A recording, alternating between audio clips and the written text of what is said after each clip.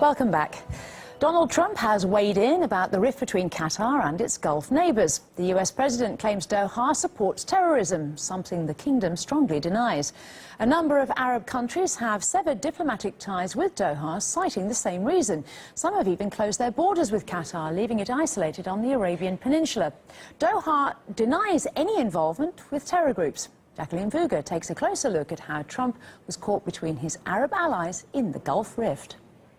Saudi Arabia, Bahrain, Egypt and the UAE have all cut diplomatic ties with Qatar. A U.S. partner in the Middle East is officially being isolated. And this split between powerful Gulf countries, who also happen to be close U.S. allies, leaves Washington in a rather precarious position. We certainly would encourage the parties to sit down together and address these differences. And while a diplomatic solution may be ideal, it is still likely that America will have to pick a side, and that will not be an easy choice.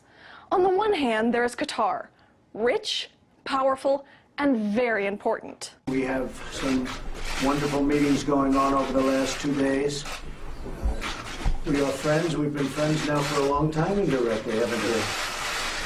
And our relationship is extremely good. But on the other hand, there are Saudi Arabia, Bahrain, and the UAE, also very rich, powerful, and important. Yesterday, we signed historic agreements with the kingdom that will invest almost $400 billion in our two countries. Qatar, for example, is home to the largest U.S. military airbase in the region, with around 11,000 U.S. military personnel. And that base is seen as the nerve center of air campaigns across the region.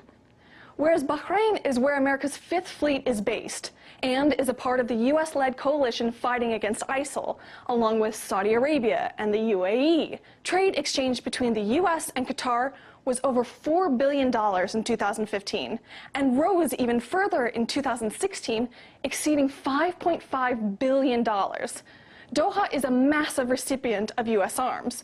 However, Saudi Arabia just signed a $110 billion arms deal with President Trump himself, much more than with Qatar. Maybe it would be easier to decide from an economic perspective. Trump is known for his business prowess, after all. The nation of Qatar, unfortunately, has historically been a funder of terrorism at a very high level. The time had come to call on Qatar to end its funding. They have to end that funding. The accusation that Qatar is funding terrorism, of course they do. They support the terrorists in Syria, the same ones the Saudis support, and for that matter, Turkey. That's really not the issue here. And so it's very strange that in the name of fighting terrorism, President Trump is coming down so hard on Qatar in supporting Saudi Arabia, which by far is the world's biggest funder of terrorism and its top ideological inspirer. Well, Saudi Arabia and Qatar both deny providing any support to terrorist groups.